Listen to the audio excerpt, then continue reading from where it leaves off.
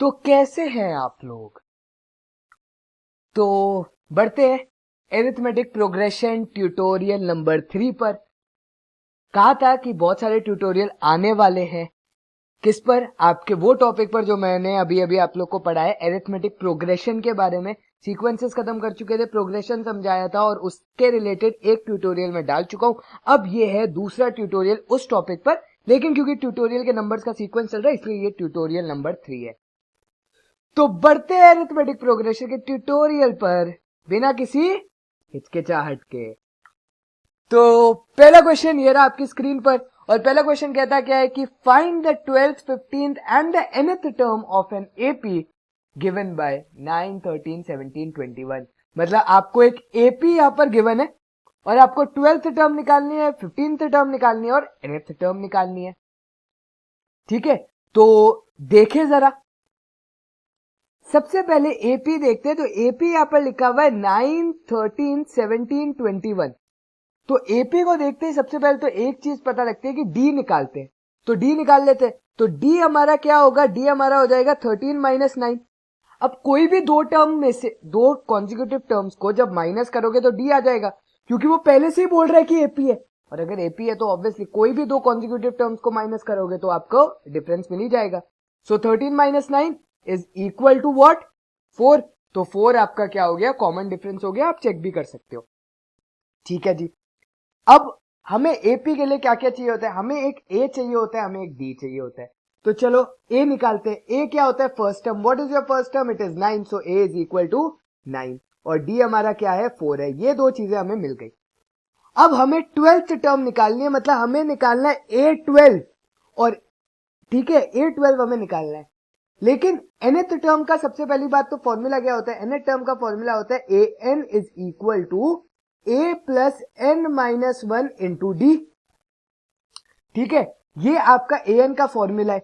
तो पहले ऐसे करते हैं, nth टर्म ही ढूंढ लेते हैं। तो an मेरा क्या हो जाएगा? a कितना है भाई? मेरा 9 है। d मेरा क्या है?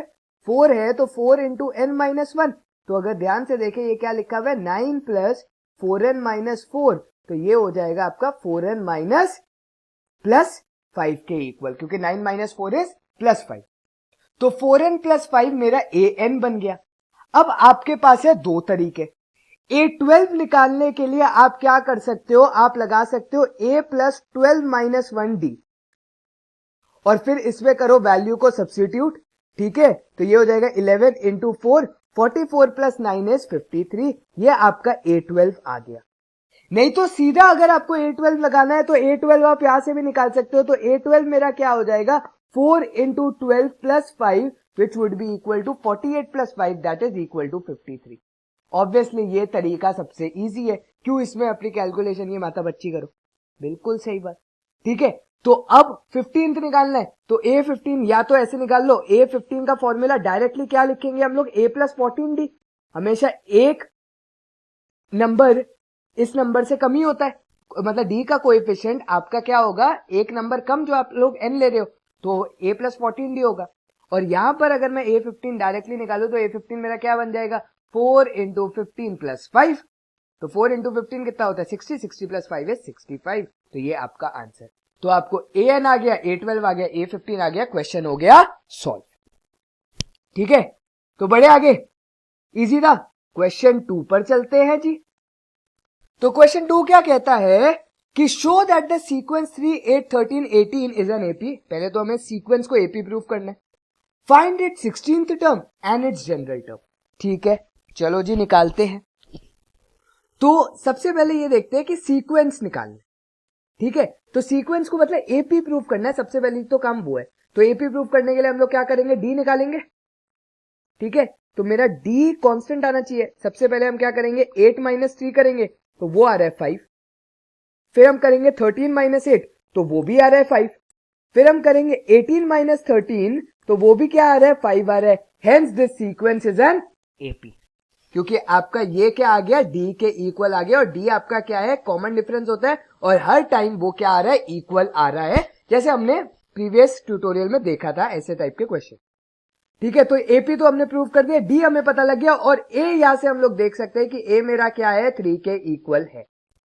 तो दोनों चीजें आ गई।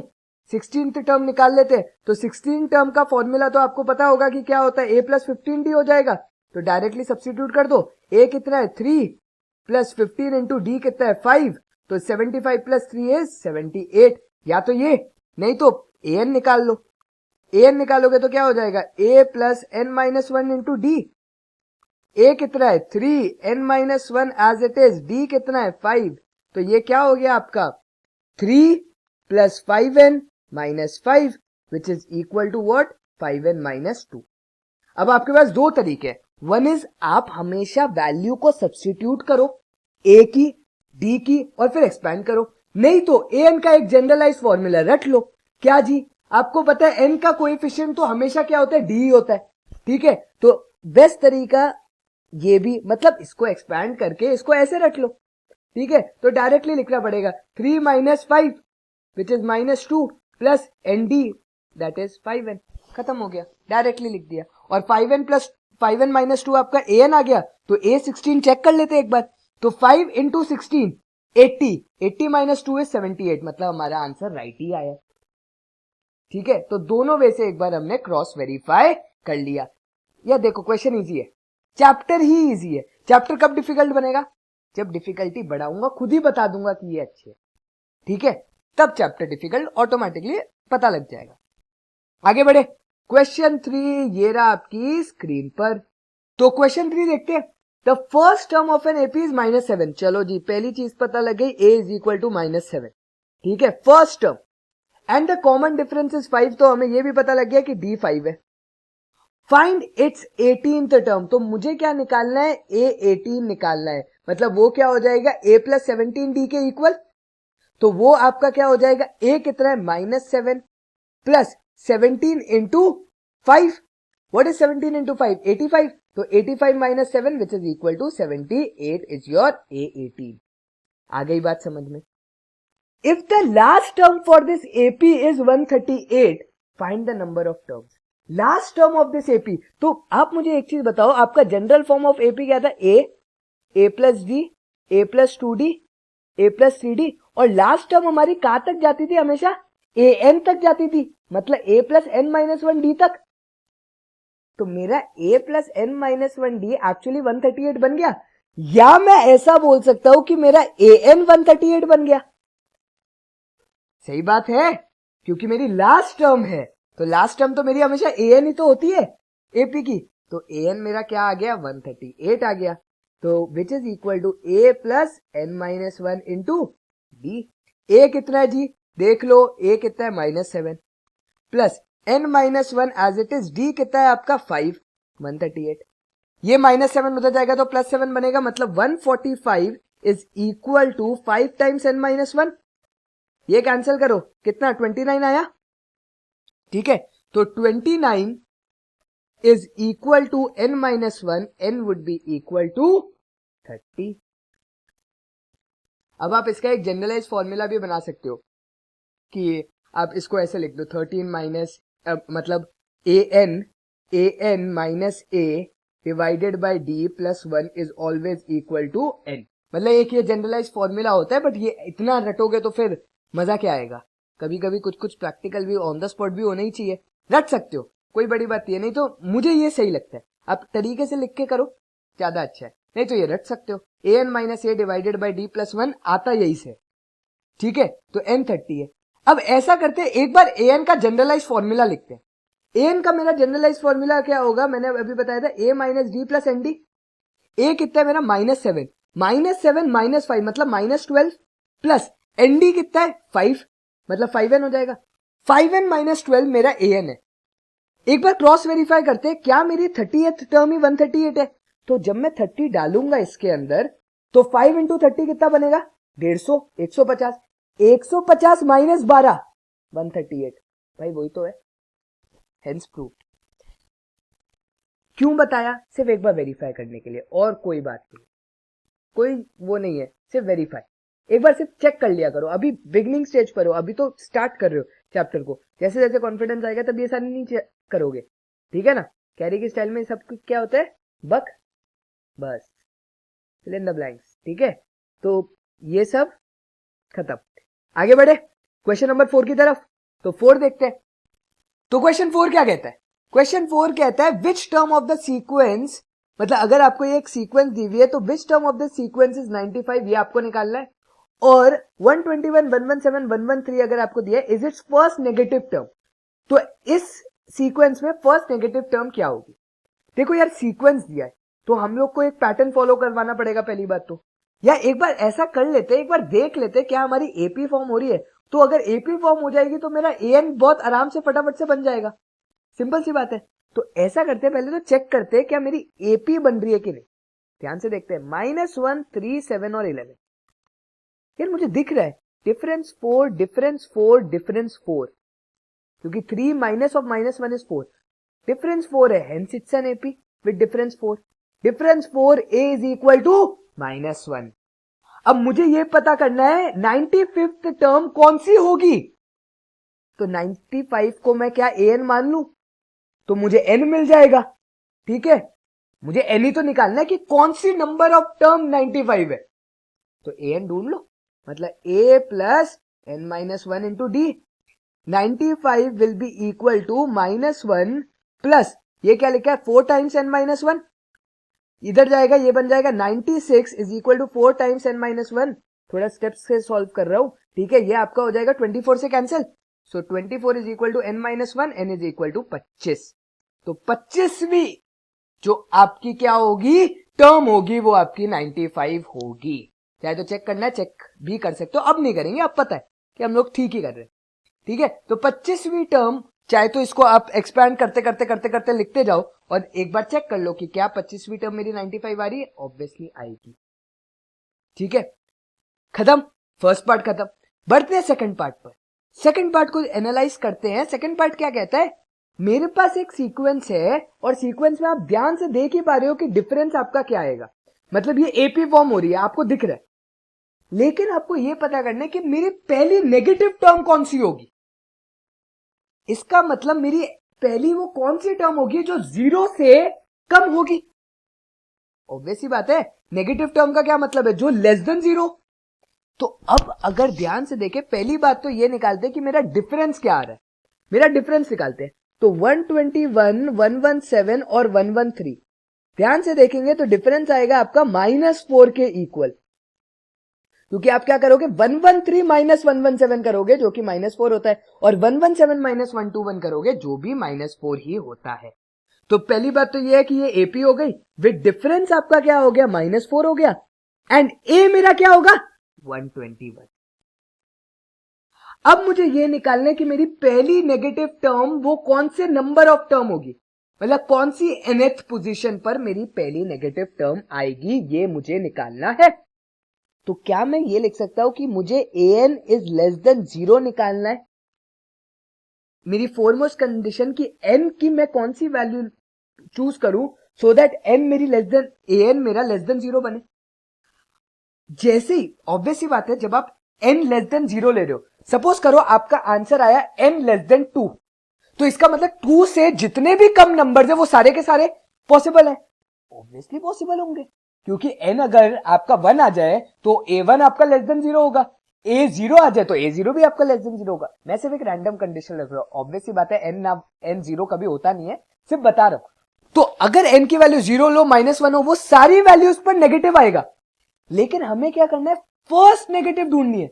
तो n लेस देन 2 से मेरी जस्ट एक वैल्यू पीछे कौन सी है 1 है, तो n इज इक्वल टू 1 मेरी क्या हो जाएगी पहली नेगेटिव टर्म हो जाएगी।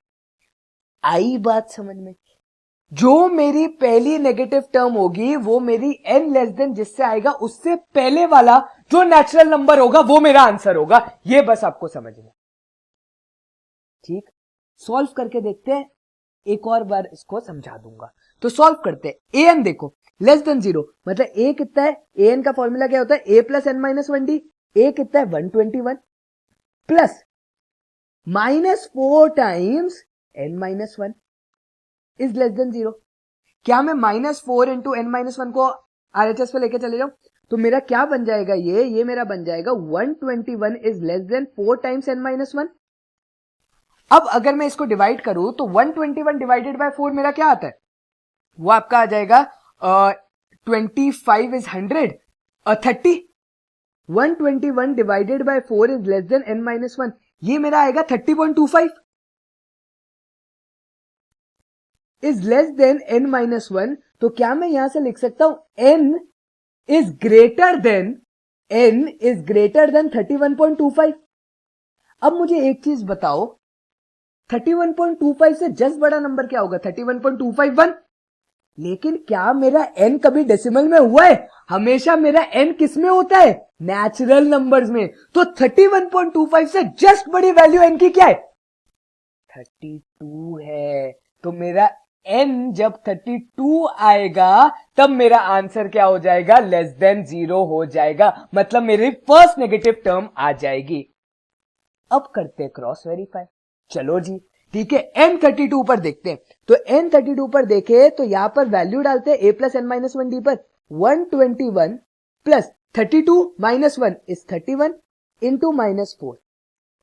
आंसर क्या है? 31 इंटू माइनस 4 कितना होता है? Minus 124 plus 121 is minus 3. ठीक है. अगर आप ध्यान से देखो 121, 117, ठीक है, 113 ऐसे जा रहा है माइनस 3 तक. अगर इससे पहली वाली वैल्यू मुझे निकालनी होती तो ये माइनस 3 प्लस 4 करना पड़ता, क्योंकि मैं उल्टी डायरेक्शन में डी देख रहा हूं. तो उल्टी डायरेक्शन में डी का साइन तो चेंज हो जाता है. तो माइनस 3 प्लस 4 करता तो मेरा आंसर आता 1, जो कि पॉजिटिव है. तो माइनस 3 ही मेरी पहली नेगेटिव टर्म आई. और कब आई? जब मेरा n क्या है? 32 है. समझ में आया? क्वेश्चन समझ में आया? अच्छा लेवल का क्वेश्चन था. मतलब इसमें आपने दो कॉन्सेप्ट को यूज किया. One is inequality. इसे हम कहते हैं इनइक्वालिटी क्योंकि इक्वल नहीं है कोई चीज. और दूसरा कि आपको ये वापस पता लगा कि n हमेशा नेचुरल नंबर को ही बिलोंग करता है, कभी भी वो डेसिमल में एग्जिस्ट नहीं करता. ये दो चीजों का इसमें हमने बहुत ज्यादा ध्यान रखा. ठीक है. तो बढ़ते अब क्वेश्चन नंबर 5 की तरफ. तो 5 क्या कहता है? 5 है the 6th and the 17th term of an AP are 19 and 41 respectively. मतलब मेरा A6 किसके इक्वल है? 19 के इक्वल. और मेरा A17 किसके इक्वल है? 41 के equal. Find the 48th term. हमें निकालना क्या है? हमें निकालना है A40. चलो जी ढूंढते हैं. A6 19 है, मतलब A प्लस 5D क्या हो गया? मेरा 19 के इक्वल. और मेरा A17 41 है, मतलब A प्लस 16D मेरा क्या हो गया? 41 के इक्वल. दो इक्वेशन, दो वेरिएबल. बेस्ट प्रोसेस अगर मैं एपी में बात करूं तो वो हमेशा एलिमिनेशन होता है. क्यों एलिमिनेशन होता है? उसका रीजन बता दो. क्योंकि आपके पास मतलब आपके ए के पास कभी भी कोएफिशिएंट एग्जिस्ट नहीं करता. तो एलिमिनेशन मेथड सबसे बेस्ट मेथड है. मतलब सीधा क्यों माइनस कर दो ना. सीधा A17 में से A6 को माइनस करो. ठीक है. जब आप माइनस करोगे तो ये एक्चुअल में क्या बनेगा? A plus 16D minus A plus 5D. A तो A कैंसल सीधा. 16D minus 5D is what? 11D. And this 11D will be equal to 41 minus 19. और 41 माइनस 19 क्या होता है? 22 के इक्वल. तो 11D is equal to 22, D is equal to D आ गया. तो भाई अब कोई भी इक्वेशन है सब्स्टिट्यूट कर दो. तो a plus 10 is equal to 19, a is equal to 9. यहां पर भी चेक कर लेते हैं. a plus 16 into 2 is 32, a plus 32 is 41, a is equal to 9. a आ गया, d आ गया. a 40 निकालो तो a 40 क्या होगा? a प्लस 39d होगा. a कितना है? 9 plus 39 into 2. What is 39 into 2? 78. 78 plus 9 87 is your answer. ठीक है. एक बार क्रॉस वेरीफाई कर लेते हैं. मैथ्स में थोड़ा मतलब कैलकुलेशन में वो बोलते ना क्या डामाडोल पता नहीं क्या, वो एक बार क्रॉस वेरीफाई कर लो. ठीक है. आई होप सही होगा. 39 इंटू 2 हाँ 78 ही होता है. Plus 9 78 plus 10 is 88. 88 minus 1 is 87. ठीक है. चलो ये ऐसी था. 87 आपका आंसर है. समझ में आया? तो हमेशा जब भी एपी का क्वेश्चन करो जनरली में आप एलिमिनेशन यूज करो. सब्स्टिट्यूशन तो होता ही है यार, वो तो बेस्ट है, उसके अलावा कोई मेथड नहीं है. लेकिन एलिमिनेशन ज्यादा इजी. सीधा माइनस खत्म का. ठीक है. बड़े क्वेश्चन 6 पर. चलो जी. क्वेश्चन 6 क्या कहता है? क्वेश्चन 6 है कि the 9th term of an AP is 0. ओ A9 इज इक्वल टू 0 दिया है. Prove that it's 29th term is double the 19th term. ये चीज आपको प्रूव करनी है। लॉजिकली देखते हैं। सबसे पहले ये देखते हैं एक्चुअली में हमने प्रूव क्या करना है। हमें प्रूव करना है a plus 28d, a plus 28d हमें प्रूव करना है 2 टाइम्स a प्लस किसके कितने के इक्वल आना चाहिए, 18d के इक्वल। इसका मतलब हमें ये प्रूव करना है कि 2a plus 36d is actually equal to a plus 28d। हमें ये चीज कहीं ना कहीं से प्रूव करनी है। देखते हैं, एक बार क्वेश्चन को सॉल्व करते हैं, आगे बढ़ते हैं और हम लोग देखते हैं क्या हम लोग इस डिजायर्ड इक्वेशन पे पहुंच पा रहे हैं कि नहीं। ठीक है, 9th term of an AP 0, मतलब a प्लस 8d मेरा किसके इक्वल आ गया, 0 के इक्वल। तो क्या मैं ये लिख सकता हूं 8d is equal to minus a? Simple, ये तो सब बहुत ही सिंपल थी। अब हमें prove that 29th term, what is 29th term, 29th term is equal to a plus 28d। इसमें आपको LHS is equal to RHS ही प्रूफ करना पड़ेगा। इसमें आप जा नहीं पाओगे, अगर जा पाएंगे मैं आप लोग को तरीका बता रहा हूं वो भी देखो। What you can do is, आप यहां पर देखो, पहले तो a की वैल्यू डालो -8d। क्या मैं इधर से a is equal to -8d लिख सकता हूं? जी हाँ, बिल्कुल लिख सकता हूं। तो ये एक्चुअली में क्या बन गया, ये बन गया आपका 28d minus 8d which is equal to 20d is your answer. ठीक है, 20d मेरा आंसर हो गया। अब अगर आपको यहां से लाना है, क्या मैं 20d को ऐसे भी लिख सकता हूं, 20d plus 16d minus 16d। Obviously मैं अगर कुछ भी ऐड कर रहा हूं LHS में तो मतलब इज इक्वल टू के इस तरफ, तो मुझे वही चीज सब्ट्रैक्ट भी करनी पड़ेगी। तो ये अगर मैं ध्यान से देखूं, ये मेरा क्या बन गया, 20d plus 16d that is equal to 36d minus 16d।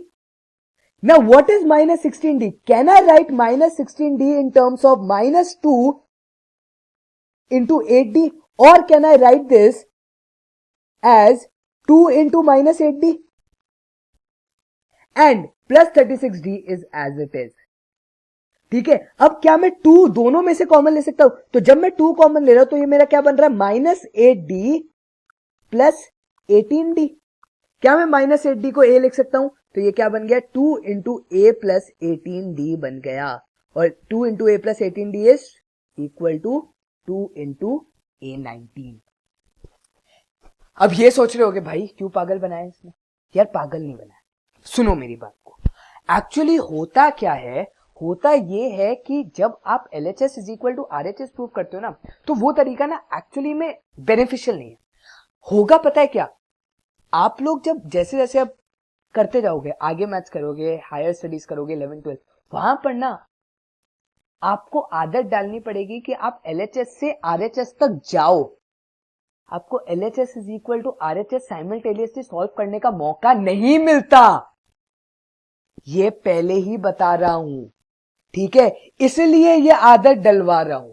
नहीं तो बेस्ट तरीका था यार, दोनों जगह -8d इधर पुट करो, -8d दोनों जगह आएगा, 20d is equal to 20d, hence prove. ये तो तरीका पहले ही था और हमेशा रहेगा, जिंदाबाद है। लेकिन फिर भी अगर यहां से ये स्टेप को समझ पाओ, ये मैंने क्यों किया, क्योंकि मुझे इतना पता है कि मेरे आंसर में मुझे 36d चाहिए। मैंने सिर्फ ये देखा कि मुझे प्रूफ क्या करना है, तो मैं LHS से RHS की तरफ कैसे बढ़ा वो इंपॉर्टेंट है तुम्हारे लिए। जिसको ये मेथड सबसे सही लगे उसके लिए वेल एंड गुड, बहुत अच्छी बात, मुबारक। ठीक है, लेकिन जिसको ये समझ में आया कि ये मैंने क्यों किया, क्योंकि मुझे 36d चाहिए था, क्योंकि मैंने एनालाइज किया कि मुझे प्रूफ क्या करना है, वहां से मैंने ये प्लस 16d माइनस 16d किया और बढ़ते बढ़ते ये प्रूफ किया कि मैं यहां तक पहुंचूं, LHS से RHS कैसे पहुंचूं, वो ये तरीका है। आई बात समझ? ठीक है, तो मुझे ये चीजें करने में इसलिए मजा आता है, या मैं इसलिए बताने में खुश हूं क्योंकि ये आगे जाके बेनिफिशियल होगा, और कोई बात नहीं। ठीक है, तो बढ़ते आगे क्वेश्चन नंबर अब 7 की तरफ। इजी था ये, हमने प्रूव कर दिया। तो क्वेश्चन 7 क्या कहता है, क्वेश्चन 7 क्या कहता है, find the middle term of the AP. ओ जी, मिडिल टर्म, ये तो कभी पढ़ा ही नहीं। ऑब्वियसली अगर नहीं पढ़ा तो पढ़ना ही तो पड़ेगा ही ना। ठीक है, तो find the middle term of the AP निकालते हैं। 6, 13, 20, 2, 1, 6। ठीक है, पहली बात तो डिफरेंस देख लो, डिफरेंस 7 का दिख रहा है तुम्हें। ठीक है, difference is equal to 7 and a is equal to 6। मुझे एक चीज बताओ, मुझे कभी भी मिडिल टर्म निकालनी है तो एटलीस्ट मुझे ये तो पता होना चाहिए कि टोटल नंबर ऑफ टर्म्स है कितनी। अगर मुझे यही नहीं पता कि टोटल नंबर ऑफ टर्म्स कितनी है तो मैं उसकी मिडिल टर्म निकालूंगा कैसे? तो जी पहले टोटल नंबर ऑफ टर्म्स निकालो, तो an निकालोगे पहली बात तो आप। तो an आपका एक्चुअली किसके इक्वल है? 216 के equal, which is equal to a minus d plus n d. ठीक है, तो यहां से a माइनस डी कितना है? 6 माइनस 7 प्लस 7n। ठीक है, अब 6 माइनस 7 क्या होता है? -1। ठीक है, -1 प्लस 7, ये आ गया 216 के इक्वल। तो 217 इज इक्वल टू 7n। तो n क्या आ जाएगा? 31 के इक्वल। तो n आ गया आपका 31, क्योंकि देख लो 7 इंटू 30 इज 210, 210 प्लस 7 इज 217। तो n आ गया आपका 31। अब मुझे एक चीज बताओ, ये क्वेश्चन क्यों डाला गया होगा? कोई सोच सकता है? कौन सा टॉपिक क्लास 9 का रिलेट कर रहा हूं? भाईजान स्टैटिस्टिक्स। जब आपके पास आपको वो मीडियन जब निकालते थे तो मीडियन में क्या करते थे? बीच वाली टर्म हमेशा निकालते थे। वो मतलब मैंने जिन लोग को भी पढ़ाया है पहले उन लोग को पता होगा बीच वाला कौन होता है? मीडियन होता है। तो मीडियन को निकालने के लिए हम लोग पहले टर्म्स निकालते थे, असेंडिंग ऑर्डर में डालते थे, और एक्चुअली ये एपी असेंडिंग ऑर्डर में है।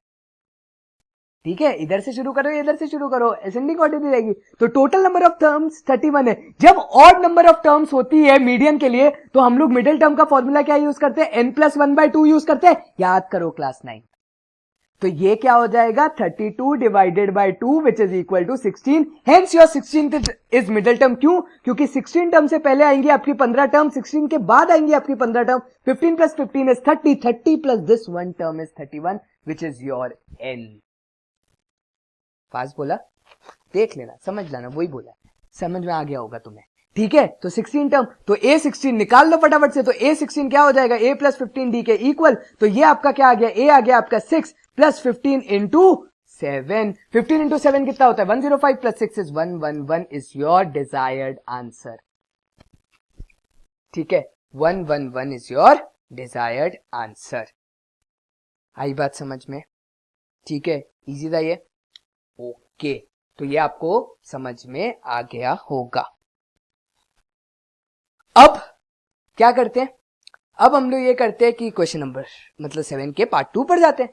ठीक है, पार्ट 2 पर जाने के लिए हम लोग ये करते हैं कि पहले तो देखते हैं क्या ये एपी है। ऑब्वियसली एपी है, लेकिन हमें डिफरेंस चाहिए। तो डिफरेंस क्या होगा? डिफरेंस होगा आपका -1 माइनस ऑफ -4/3। मतलब कितना? -1 plus 4/3 which would be equal to -1/3 के इक्वल, सॉरी +1/3 के इक्वल। ठीक है, क्योंकि आप जब +1/3 ऐड करते जाओगे तो आपका पॉजिटिव पार्ट आता जाएगा। तो आपका डिफरेंस है आ गया +1/3 के इक्वल आ गया। ए आपका क्या आ गया? -4/3 के इक्वल आ गया। और आपका an यहां पर क्या है? 4/1/3। क्या मैं इसको लिख सकता हूं? 13/3 मिक्स फ्रैक्शन। ठीक है, तो an आपका क्या है? 13/3। 13/3 इज इक्वल टू a कितना है? -4/3 plus n-1 into d। d is what? 1/3। 3 3 3 सारे कैंसिल। 13 plus 4 is 17।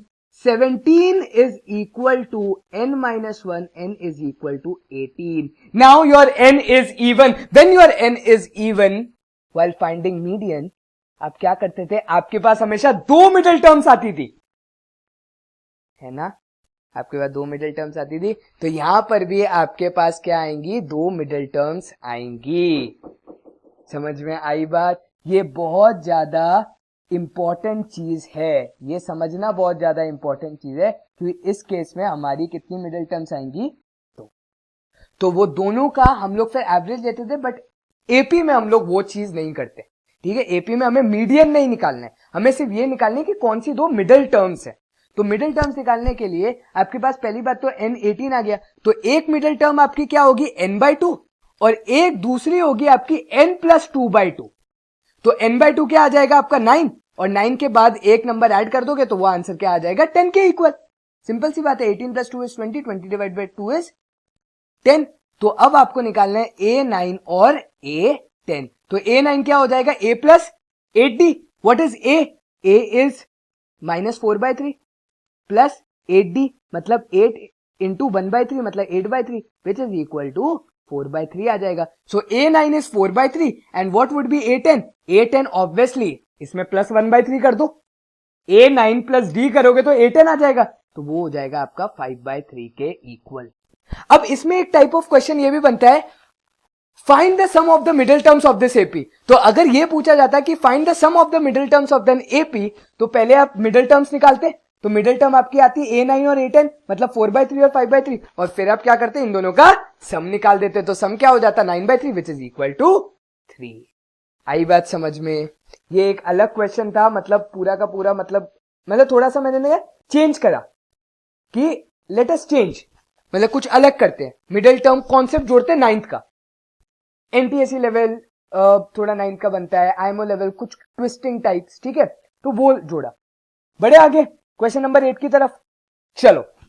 तो क्वेश्चन नंबर 8 क्या कहता है, the 26th 11th and the last term of an AP are 0, 3 and -1/5 respectively.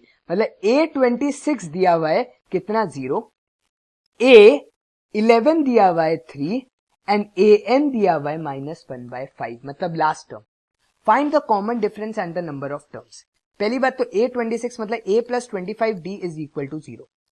दूसरी चीज दी हुई है A plus 10D is equal to 3।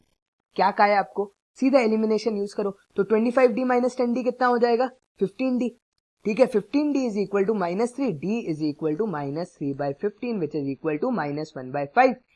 D आ गया तो A भी आ जाएगा। व्हाट इज योर A आपका क्या आ जाएगा, यहां पर -1/5 सब्स्टिट्यूट कर दो, तो A plus 10 into -1 divided by 5 is equal to 3, ये कैंसिल ओवर 2, तो A minus 2 is equal to 3, A is equal to 5। A भी आ गया, D भी आ गया, तो AN से N तो निकल ही जाएगा, which is equal to A plus N minus 1 into D। -1/5 is equal to what is A, 5 plus -1/5 into N minus 1, तो -1/5 -5, सॉरी ये -5 is equal to -1/5 into N minus 1 हो जाएगा, ठीक है। एलसीएम लोगे, ये denominator 5 -1 -25 is -26 which is equal to -1/5 into N minus 1।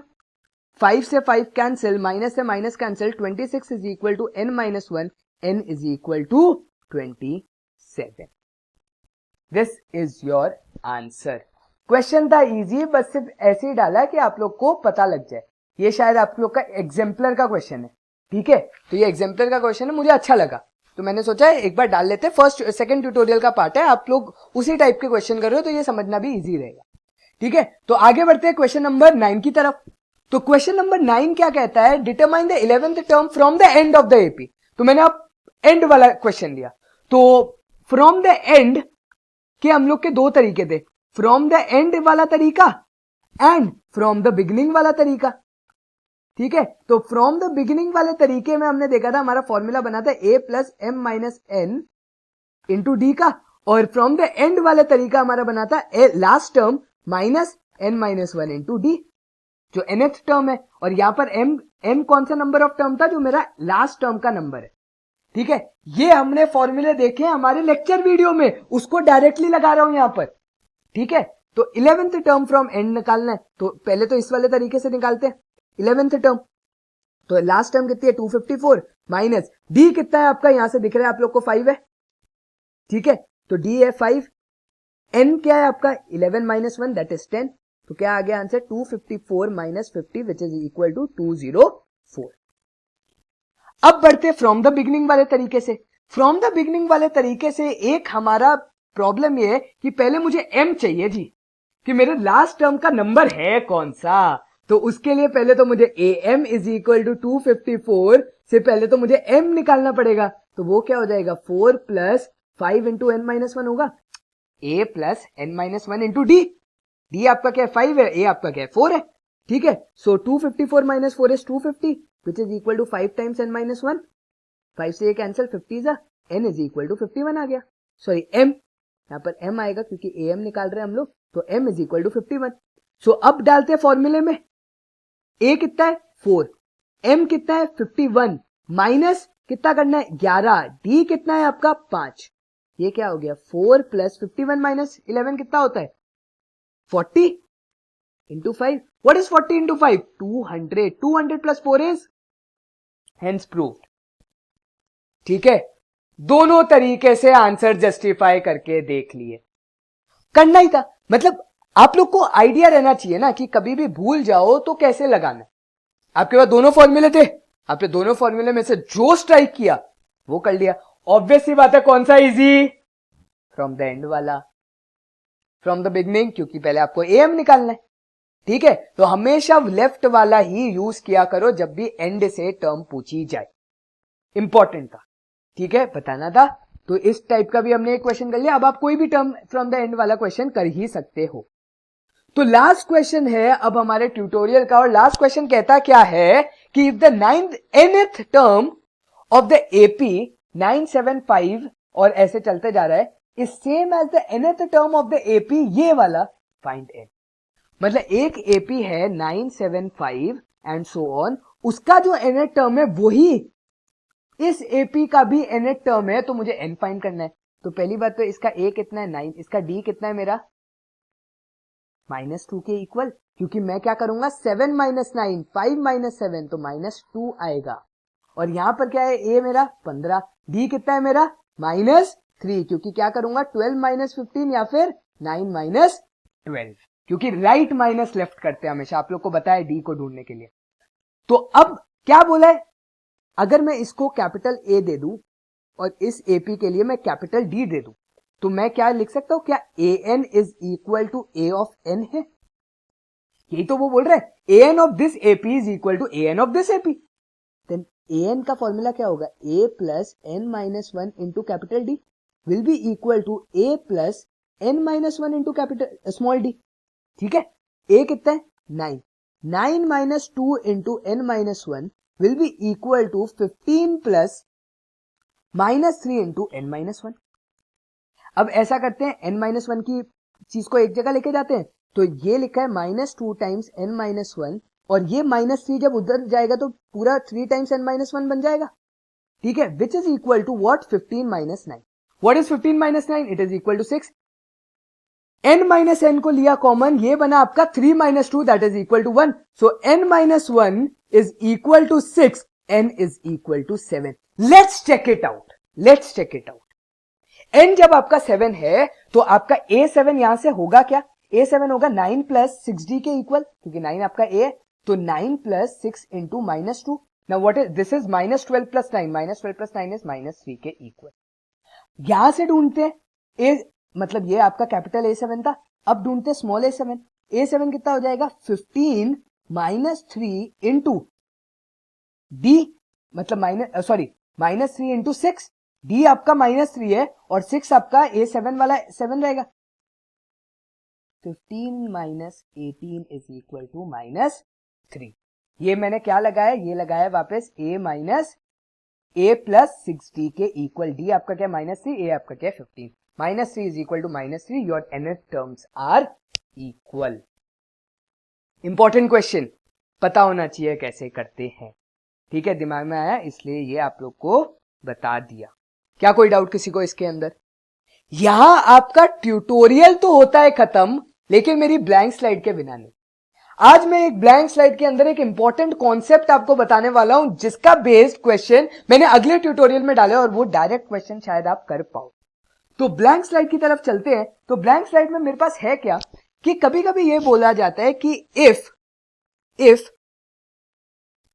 मतलब एक एपी आपको गिवन है, if 10 times the 10th term of that AP, ठीक है, is equal to 15 times the 15 term of an AP,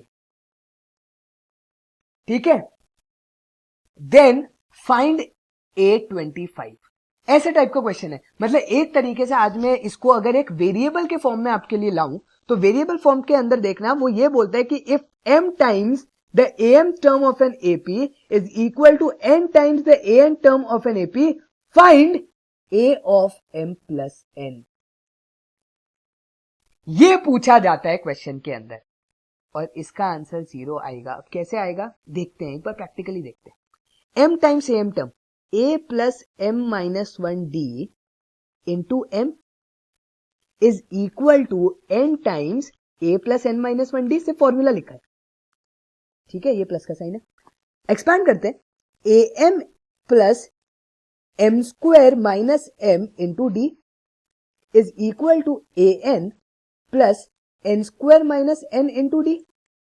D की वैल्यू को एक तरफ लाते हैं, ए की वैल्यू को एक तरफ लाते हैं, ठीक है। तो क्या मैं इधर से ये लिख सकता हूं A times M minus N is equal to D times N square minus N minus M square plus M. क्योंकि देखो जब ये एम स्क्वायर वाली टर्म इधर जाएगी तो माइनस एम स्क्वायर बन जाएगा और माइनस एम वाली टर्म जाएगी तो प्लस एम बन जाएगा। A times M minus N is equal to D times what is N square minus M square, N minus M into N plus N. And क्या मैं यहां से माइनस एन, क्या मैं इसको लिख सकता हूं एम माइनस एन।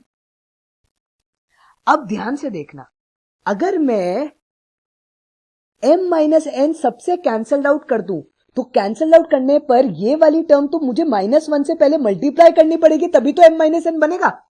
तो क्या मैं m minus N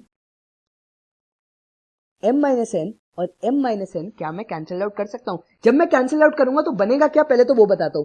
a times 1 is equal to d times -1 into m plus n, ठीक है, प्लस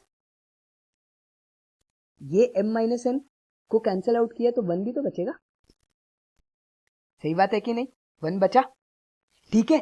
अब ध्यान से देखना, अब ये क्या बन रहा है मेरा, अब RHS को ध्यान से देखो क्या बन रहा है। क्या मेरा ये लिखा जा रहा है a is equal to minus d times m plus N minus 1।